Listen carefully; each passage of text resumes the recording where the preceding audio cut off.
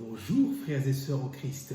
Aujourd'hui encore, Jésus continue de nous bousculer et de nous déranger. Un chrétien par lui-même sait qu'il ne vaut rien et qu'il doit tout attendre de Dieu, ni par force, ni par puissance, mais par l'Esprit de Dieu, nous rappelle Zacharie chapitre 4, verset 6. Un des chemins qui le mènera à Dieu est bien sûr l'humilité, et c'est le critère de la grandeur dans le royaume de Dieu. Pour y accéder, vous l'avez bien compris, il faut se faire tout petit comme Jésus. Et d'ailleurs, Jésus nous rappelle de ne pas oublier les autres, ceux et celles qui sont les plus faibles dans le besoin, et de nous mettre à leur service.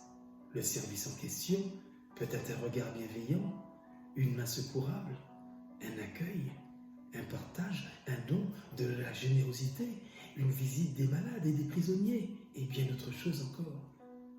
Pour nous mettre au service, nous avons aussi la parole de Dieu qui ne doit pas nous faire peur et nous déranger.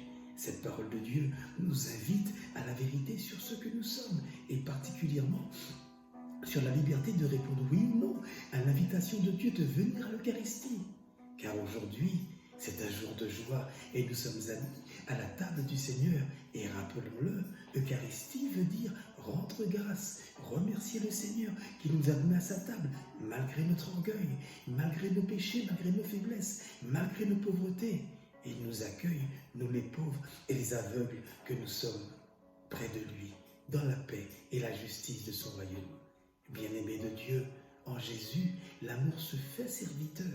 Il nous révèle que Dieu est le très bas, comme disent certains théologiens. Prendre la dernière place, c'est donc imiter Dieu. Et il nous faut contempler Dieu tel qu'il se montre en Jésus, à savoir que les petits sont le premier pour Dieu.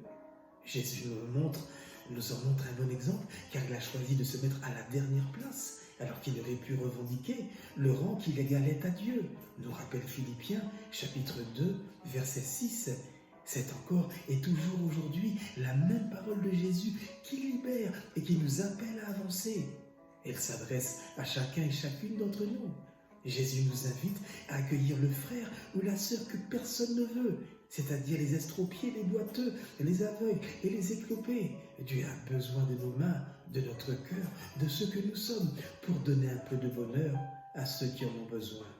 Alors, peut-on demander, et peut-être demandons la grâce d'accueillir plus largement que nous le pensons des gens aussi imparfaits que nous, et de nous réjouir de cette situation.